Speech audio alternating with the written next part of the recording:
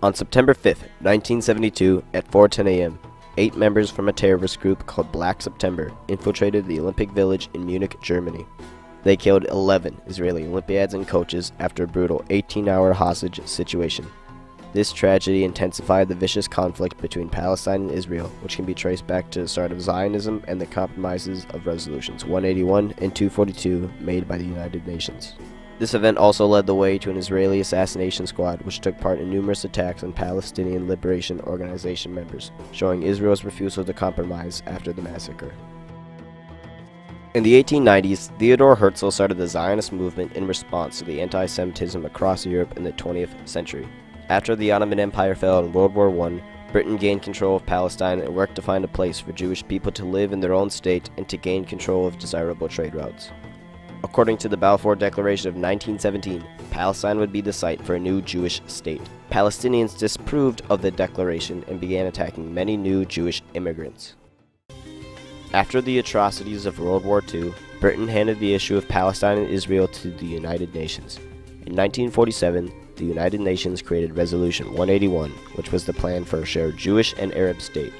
Jewish people accepted this plan, while Arabs rejected it. The war for Israel's independence was about to begin. In support of their fellow Arabs, the surrounding countries of Jordan, Syria, Lebanon, Iran, and Egypt went to war against Israel. After 10 months of fighting, the Zionist movement proved too powerful and Israel gained even more land than the original partition granted. Israel was a new country and was recognized immediately by United States President Harry Truman. During this time period, mass massacres were committed by both Israel and Palestine.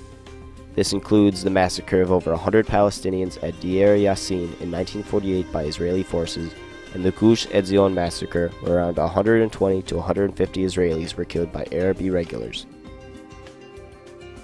Following World War II was the splitting of Germany into 4 separate zones and disarming all military personnel. The United States, Britain, and France allowed their zones to join together, creating West Germany on May 23, 1949. The Soviet Union controlled East Germany and planned to keep the two countries separate to protect a new communist state. On June 5, 1967, Israel launched a surprise attack on Egypt in the Sinai Peninsula and the Gaza Strip. Egypt's air support was crippled within a few hours.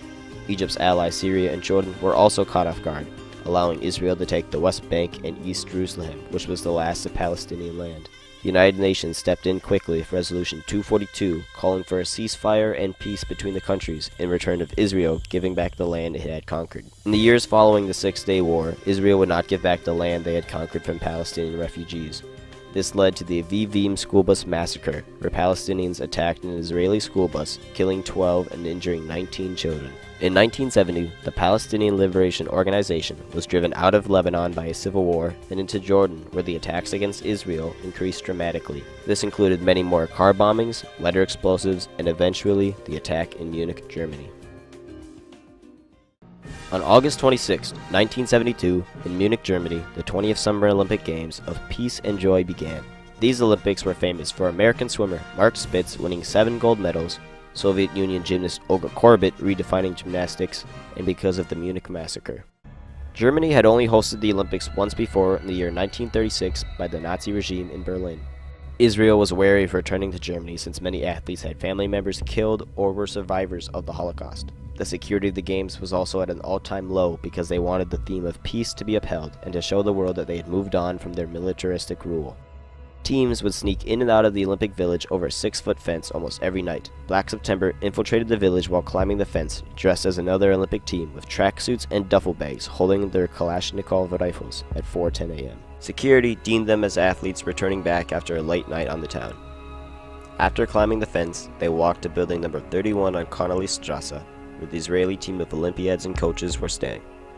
In the initial assault, Zeev Friedman, David Berger, Yakov Springer, Eliezer Haufen, Josef Gutfreund, Kiat Shor, Mark Slavin, Andrei Spitzer, and Amit Zur Shapira were taken hostage from apartments 1 and 3.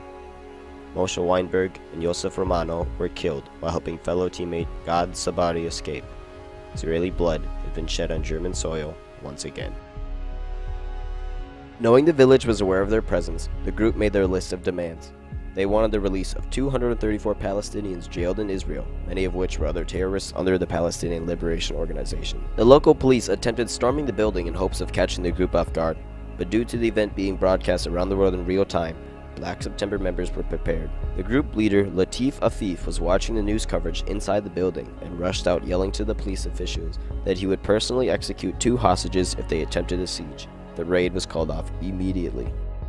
After tense negotiations, they finalized on a plan on transporting everyone to Cairo to continue the negotiation process. 2 helicopters would fly the Israeli hostages and their Palestinian captors to the First and Fieldbrook airport, in which they would fly to Cairo to continue negotiations. An ill-prepared German rescue team without enough walkie-talkies or snipers engaged the terrorists at the airport. The Palestinians turned their guns on the hostages, killing all 9 along with 1 German police officer. Germany in return killed 5 of the 8 Palestinian terrorists. They have now said that there were 11 hostages. 2 were killed in their rooms yesterday morning. 9 were killed at the airport tonight. They're all gone. The Israeli government did not take the Munich attack lightly. Only 2 days after the violent conflict, Israeli Prime Minister Golda Meir called for a meeting for Operation Wrath of God. Operation Wrath of God was a mission by the Mossad to kill the remaining gunmen and the masterminds behind the Munich massacre.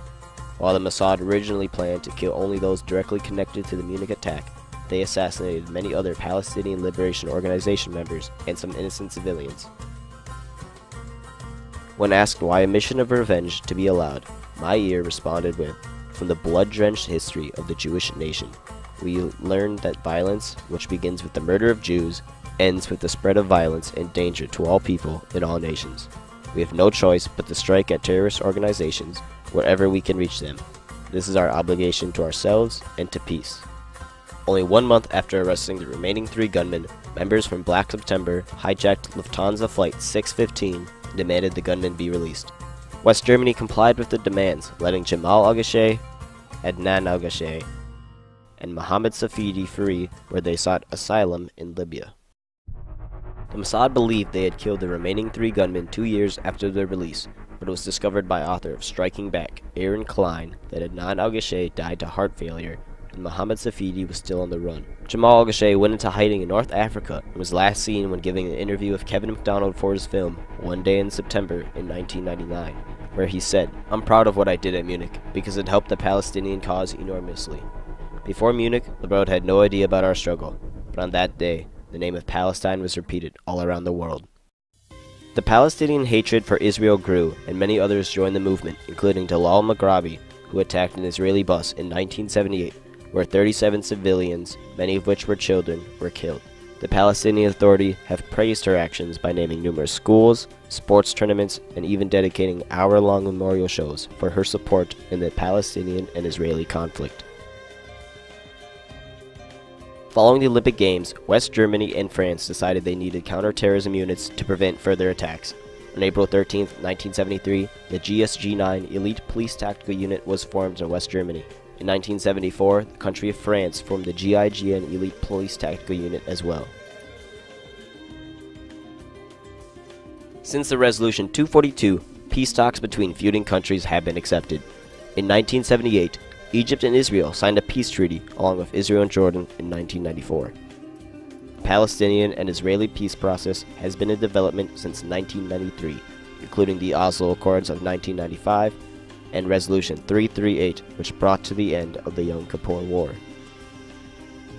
This conflict has carried on to the modern world with more and more attacks happening every day. From bombs on buses to mass shootings in plazas, the conflict does not seem to end. In 2014, peace talks were extremely close to a solution, but crumbled after failure to compromise on plans after the mistreatment by Israeli troops in Palestinian refugee camps.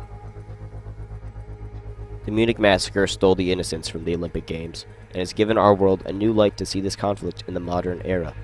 With the failures to compromise in the past, we can only hope that a compromise is made between Israel and Palestine to ensure this type of event does not happen again.